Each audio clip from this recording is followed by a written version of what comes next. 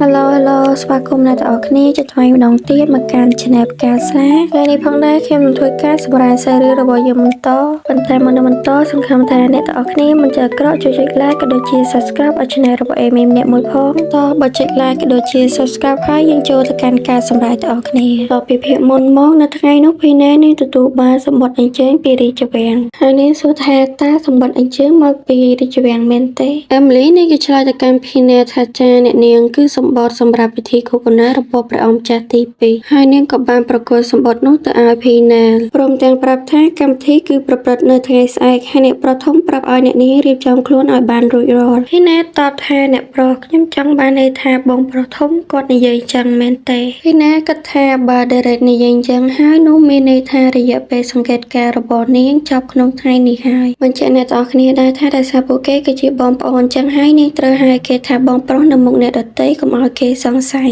នាងនិយាយឡើងថាខ្ញុំគួរតែរៀបចំខ្លួនឲ្យបានរួចរាល់អញ្ចឹងហើយត្បិតតែមាត់របស់នាងនិយាយអញ្ចឹងមែនប៉ុន្តែនៅក្នុងចិត្តនាងគិតថានាងចង់តែនៅក្នុងបន្ទប់ហើយមានគេបម្រើហើយនឹងមិនទៅពាក់ព័ន្ធជាមួយតួប្រុសផ្សេងទៀតបើបានចឹងមែនមិនដឹងល្អយ៉ាងណាទេគិតបានត្រឹមនេះនាងនិយាយក្នុងចិត្តថាឈប់សិនតាខ្ញុំកំពុងចិត្តបានទៅរាជវាំងមែនទេចឹងមានន័យថាខ្ញុំអាចនឹងជួបព្រះអង្គម្ចាស់ទី1មែនទេហើយភីណែនាងនិយាយទាំងខុសក្បាលវល់ថាទេនេះវាបញ្ជាក់ច្បាស់ណាស់នេះជាពិធីគូកណារបស់ព្រះអង្គម្ចាស់ទី2ច្បាស់ជាមានវត្តមានរបស់ព្រះអង្គម្ចាស់ទី1នៅទីនោះហើយនាងក៏បាននៅឃើញនៅពេលដែលនាងលេងហ្គេមនៅវគ្គនេះនាងគឺស្លាប់ក្រោមដាវរបស់គេគឺច្រើនដងមែនទែននាងភ័យខ្លាចឡើងស្រែកថាទេធ្វើអេមីលីនាងភ្ញាក់ផ្អើលក៏សួរថាអ្នកនាងមានរឿងអ្វីហើយនាងក៏សួរទៅកាន់អេមីលីថាចុះថ្ងៃស្អែកលោកប៉ាទៅចូលរួមជាមួយពួកយើងដែរឬទេអេមីលីតបថាគឺលោកម្ចាស់មានការងារដែលត្រូវធ្វើនៅថ្ងៃស្អែកចឹងអ្នកប្រធមនឹងទៅជាមួយអ្នកនាងដោយផ្ទាល់ហើយណាក៏ក្នុងចិត្តថាខ្ញុំចាប់ជាមិនខានទេលើកនេះ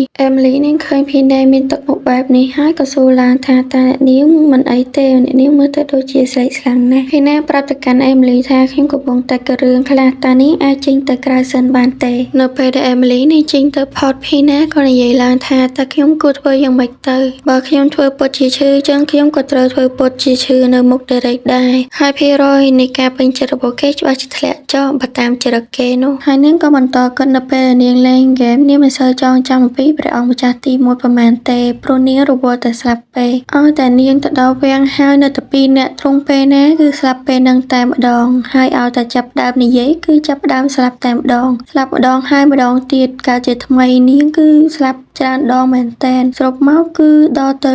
76ដងឯណោះហើយណាគិតថានាងនឹងស្លាប់បើនាងទៅតែបើនាងមិនទៅក៏នៅតែស្លាប់តែកែវឈួតស្អីហ្នឹងហើយណាគិតទៀតថាដូចតែខ្ញុំបានគិតអញ្ចឹងខ្ញុំត្រូវតែធ្វើពុតជាឈឺឲ្យបានល្អអញ្ចឹងហើយខ្ញុំមិនចាំបាច់ទៅនោះទេខ្ញុំនោះភីណែនាងក៏នឹកឃើញអ្វីយ៉ាងនាងគិតថាខ្ញុំគួរតែសាក់ស្លាប់លោមើលទេភីណែបន្តទៀតថាប្រហែលជាខ្ញុំអាចត្រឡប់ទៅពិភពពិតរបស់ខ្ញុំវិញបើសិនជាខ្ញុំស្លាប់នៅទីនេះតើវាមិនលឿនជាងរងចាំឆ្លងកាត់ពួកទូឯកប្រុសចង្រៃទាំងនោះទេនាងគិតថាម្យ៉ាងទៀតកែនេះក៏មានប៊ូតុងចុចចាប់ផ្ដើមម្ដងទៀតដែរវាជាឧបករណ៍សង្គ្រោះជីវិតចុងក្រោយដែលលេចឡើងដោយស្វែងប្រវត្តិនៅក្នុងស្ថានភាពពិបាកនៅពេលដែលតួអង្គនេះជិតស្លាប់ហើយក៏ចាប់ផ្ដើមម្ដងទៀតតាំងពីដើមរឿងមកហើយណាគិតថាចាប់តាំងពីជំរឿននៃការសន្ទនាលេចឡើងសម្រាប់ខ្ញុំមកហេតុអីក៏វាមិនលោតចេញប៊ូតុងចាប់ផ្ដើមម្ដងទៀតឲ្យខ្ញុំគិតបែបនេះហើយភីណាក៏និយាយឡើងថាមិនអីទេយ៉ាងណាក៏ខ្ញុំមិនមានអ្វីត្រូវបាត់បង់ទៀតដែរខ្ញុំនឹងទៅជួបព្រះអង្គម្ចាស់ទី1ហើយសាកស្លាប់លោមើលស្រីរឿងបានកាត់មកនៅព្រឹកថ្ងៃថ្មីនេះស្រីបម្រើទៅនោះក៏បានជួយតាប់តែងកាយទៅឲ្យភីណាដើម្បីចូលរួមកម្មវិធីគូកំណើតរបស់ព្រះអង្គម្ចាស់ទី2ពួកនាងក៏បានសួរនាំក៏ដូចជាយកចិត្តទៅកាន់ភីណាមែនតែនធ្វើឲ្យនាងមានអារម្មណ៍ថាចម្លែកមិនទេនាងគិតថាក្រែងអ្នកបម្រើទាំងនេះមិនដែលខ្វល់ខ្វាយពីភីណានៅភីទេភីណាគិតថាពួកគេរំភើបចិត្តជាងខ្ញុំទៅទៀតថ្មីនេះខ្ញុំពិតជាមានឥទ្ធិពលមែនព្រោះតែនាងបានផ្ដល់មេរៀនទៅឲ្យមេការមួយចំនួនប៉ុន្តែនាងមិននឹកស្មានថាពួកគេផ្លាស់ប្ដូរអាកប្បកិរិយាលឿនបែបនេះទេហើយនាងក៏បានសម្លឹងទៅកាន់កញ្ចក់ឃើញមុខរបស់ភីនេណូភីនាងពិតជាស្រស់ស្អាតខ្លាំងណាស់នាងមានអារម្មណ៍ថាដូចជាលើសមិនដឹងទេដែលត្រូវមកតែងខ្លួនជាមួយមុខស្អាតបែបនេះហើយនាងក៏បានប្រាប់ទៅកាន់ពួកស្រីបម្រើថាឲ្យយករ៉ូបដែលមានពណ៌ស្រអាប់និងបិទកចិត្តហើយទុកគ្រឿងអលង្ការទាំងនោះទៅមិនចាំបាច់ខំប្រឹងអីច្រើនពេកទេពួក ពួកនាងអ្នកបម្រើនោះភ្ញាក់ផ្អើលទៅនឹងសម្ដីរបស់ភីណែនណាក៏ស្រែកឡើងសួរថាប៉ុន្តែអ្នកនាងនេះគឺជាកម្មវិធីទៅកាន់រាជវាំងណាដោយភីណែនបានតបទៅកាន់ពួកគេថាមិនចាំបាច់មកតុបតែងខ្លួនខ្ញុំអីច្រើនពេកទេពួកនាងឮបែបនេះហើយក៏បាក់ទឹកចិត្តភ្លាមភីណែននិយាយក្នុងចិត្តថាខ្ញុំយល់ថាពួកនាងមានអារម្មណ៍បែបណាប៉ុន្តែខ្ញុំទៅរាជវាំងនេះមិនមែនទៅបង្អួតសម្រស់របស់ខ្ញុំនោះទេសារឿងក៏កាត់មកនៅពេលដែលភីណែនតបតែងកាយរូបរាល់ហើយយើងឃើញថានាងពិតជាមានសម្រស់ស្រស់ស្អាតមិនចាញ់ទូឲ្យស្រីនៅក្នុងហ្គេមទេហើយភីណែនក៏បាននិយាយទៅកាន់ពួកស្រីបម្រើថាខ្ញុំមិនសូវជាពេញចិត្តនោះទេតែវាក៏ល្អគ្រប់គ្រាន់ដែរប៉ុន្តែនៅក្នុងចិត្តនាងវិញក៏ថានេះច្បាស់ជាអ្វីដែលល្អបំផុតសម្រាប់ខ្ញុំនៅក្នុងទូសម្លៀកបំពាក់របស់ភីណែនភីហើយភីណែនក៏ប្រាប់ឲ្យអ្នកគ្រប់គ្នាចេញទៅបានហើយលើកលែងតែអេមីលីនាងប្រាប់ទៅកាន់អេមីលីថាតើនាងអាចទៅរើសយកស្រោមដៃវែងដែលស៊ីនឹងរោគរបស់ខ្ញុំបានទេអេមីលីសួរថាតើអ្នកនាងនឹងពាក់ស្រោមដៃដែរមែនទេនាងតបថាប្រកាសណាស់ព្រមទាំងលើកដៃបង្ហាញទៅកាន់អេមីលីហើយនិយាយថាទោះបីជាវាលេងសូវមានស្នាមតែខ្ញុំនៅតែមិនអាចឲ្យអ្នកផ្សេងគេឃើញអ្វីបែបនេះដែរអេមីលីឮបែបនេះហើយនាងតស្លុតណាស់ព្រមទាំងឆ្លើយយកព្រមភ្លាមភីណាឈរសម្លឹងទៅកាន់នាងរួចគិតថាខ្ញុំធ្វើល្អនឹងនាងណាស់មួយរយៈនេះឥឡូវនាងគិតថាខ្ញុំពេញចិត្តនឹងនាងហើយនាងគិតថាខ្ញុំគួរតែធ្វើឲ្យនាងបាក់ទឹកចិត្តបែបនេះមួយរយៈសិនហើយសារឿងក៏បានកាត់មកនៅពេលដែលដេរ៉េកំពុងរងចាំភីណាគេនិយាយទៅកាន់នាងថាមើលទៅនាងដូចជាចាស់ទុំច្រើនហើយបន្ទាប់ពីស្ថិតក្រោមការសង្កេតការណ៍ភីណាតបក្នុងចិត្តថាខានជួបខ្ញុំប្រហែលថ្ងៃហើយតែពេលលោកជួបខ្ញុំវិនាទីដំបូងលោកមកនិយាយបង្អាំចឹងមែនទេនាងគិតថាទេអ្វីដែលសំខាន់ជាងនេះគឺនាងឆ្ងល់ថាតើភាគរយនៃការពេញចិត្តរបស់គេកើតឡើងតាំងពីពេលណាព្រោះនាងមិនសូវបានជួបគេនោះទេនាងឆ្ងល់ថាវាកើតឡើងព្រោះគេមិនបានឃើញមុខខ្ញុំមែនទេព្រះអើយគេស្អប់មុខភីណែនភីខ្លាំងយ៉ាងនេះផងនាងក៏គិតថាបើដឹងអញ្ចឹងខ្ញុំនឹងធ្វើពិតជាឈឺថាមិនអាចទៅបាននោះទេនាងឡើងរទេះបណ្ដាព្រមទាំងក៏បណ្ដាថាយ៉ាងម៉េចក៏យ៉ាងម៉េចទៅខ្ញុំគួរតែឡើងរទេះហើយតែមិនខ្វល់ពីដេរ៉េកឡើងទៅលើរទេះហើយនាងក៏ប្រាប់ដេរ៉េកថាពួកយើងទៅភីណែឃើញគេឈរនៅមួយកន្លែងឆ្ងល់ថាហេតុអីបានជាគេមិនឡើងរទេះរបស់គេព្រាមនោះដេរ៉េកគេផ្លាស់ប្ដូរទឹកមុខភ្លាមព្រមទាំងឡើងមកអង្គុយរទេះជាមួយភីណែ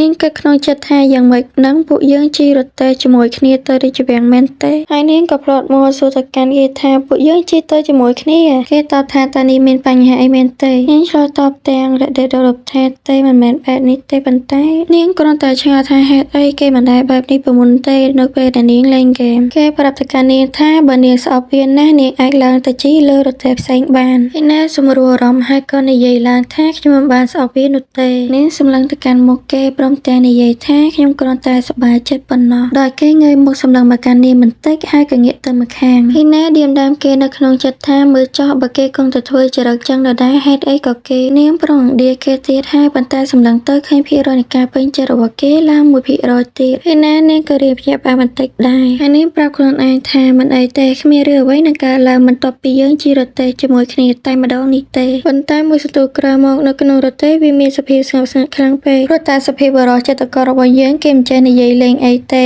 ធ្វើឲ្យភីណែនាងមានអារម្មណ៍ថាពិបាកដល់ដង្ហើមណាស់នាងក៏ក្នុងចិត្តថានរណាក៏បានដែរជួយខ្ញុំផងមួយសន្ទុះក្រោយមកអ្នកបរទេះក៏បានប្រាប់ថាពួកយើងបានមកដល់ហើយភីណែគិតថាទីបំផុតខ្ញុំអាចគេចផុតពីរទេះនៃសេចក្តីស្លាប់ហើយស្របពេលដែលនាងកំពុងគិតដេរ៉េកក៏បានចុះមកមុនហើយឈោងដៃមកកាន់ភីណែព្រមទាំងនិយាយថាដៃរបស់នាងភីណែភ្ញាក់ផ្អើលទៅនឹងទង្វើរបស់គេគិតក្នុងចិត្តថាតើគេនឹងហែហោមខ្ញុំទៅមែនទេហើយនាងទៅនឹកឃើញថាមុនពេលពួកយើងឡើងលើរទេះគេក៏ធ្វើបែបនេះដែរហើយតែសម័យហ្នឹងដេរ៉េកក៏សួរទៅកាន់ភីណែថាតើនាងកំពុងធ្វើអីនាងចោះមកឬក៏អត់ហ្នឹងហើយនាងក៏បានកាន់ដៃគេចោះមកព្រមទាំងនិយាយអរគុណទៅកាន់គេភ្លាមនោះខារាជវាំងក៏បានប្រកាសថាអ្នកស្នំមរតកនៃគ្រួសារអភិជនអាកាគឺអ្នកប្រុសដេរ៉េកអាកានិងអ្នកនាងភីណែនូភីអាកាបានមកដល់ហើយនៅពេលដែលដេរ៉េកអមដំណើរជាមួយភីណែនូភីនោះគេប្រមានទៅកាន់នាងថាកុំឲ្យធ្វើអ្វីប្រញាប់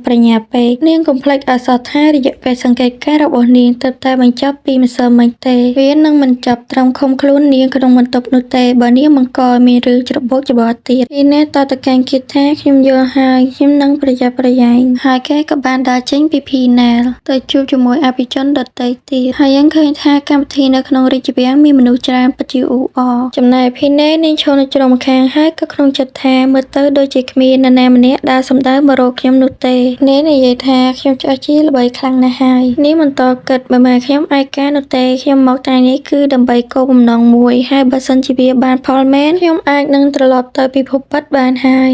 នឹងហើយពាក្យដែលភីណែនិយាយថានាងល្បីនឹងគឺល្បីមែនតែមិនល្បីថានាងគឺជាស្រីស្អាតប្រចាំភូមិអីទេដោយពួកគេទាំងនោះនាំគ្នានិយាយខ្សឹបខ្សៀវថាតើនោះជាស្រីឈួតមែនទេនាងដូចជាស្ងប់ស្ងាត់ណាស់ថ្ងៃនេះហើយអ្នកខ្លះទៀតក៏បាននិយាយថាកុំមាត់ប្រយ័ត្ននាងហក់មកខំឯងឥឡូវហើយនឹងហើយល្បីមែនគេល្បីថាភីណែគឺជាស្រីឈួតពេញមួយរាជវាំងនឹងឯងក្នុងចិត្តរបស់នាងចង់ទៅយំទេគិតថាតើព្រះអង្គម្ចាស់ទី1ពេលណាមកទៅភ្លាមនោះគេក៏ប្រកាសថាម្ចាស់ស្ត្រីនិងព្រះអង្គម្ចាស់ទី2យាងមកដល់ហើយគ្រប់គ្នាក៏ធ្វើការអើងគ្រប់ទៅកាន់ទ្រង់ហើយភីណែក៏បានលួចសម្លឹងទៅកាន់ពួកគេភ្លាមនោះសម្លេងខ្សឹបខ្សៀវក៏បានបន្លឺឡើងថាមើលសក់ពណ៌ទង់ដែងនៅភ្លឺចាងចាំងរបស់ពួកទ្រង់ចោះពិតជាអស្ចារ្យណាស់សក់បែបនេះហើយដែលតំណាងឲ្យខ្សែស្រឡាញ់រាជវង្សភីណែនាងភ្ញាក់ផ្អើលទៅនឹងទង្វើរបស់ពួកគេគិតក្នុងចិត្តថាក្រែងបល្ល័ង្កទំនេររបស់ព្រះរាជាកន្លែងរបស់គ្លីស្តូនតើមិនមែនរបស់ព្រះអង្គម្ចាស់ទី2ឯណាព្រោះថាព្រះរាជានៅក្នុងហ្គេមនេះមិនដែលបង្ហាញខ្លួនទេ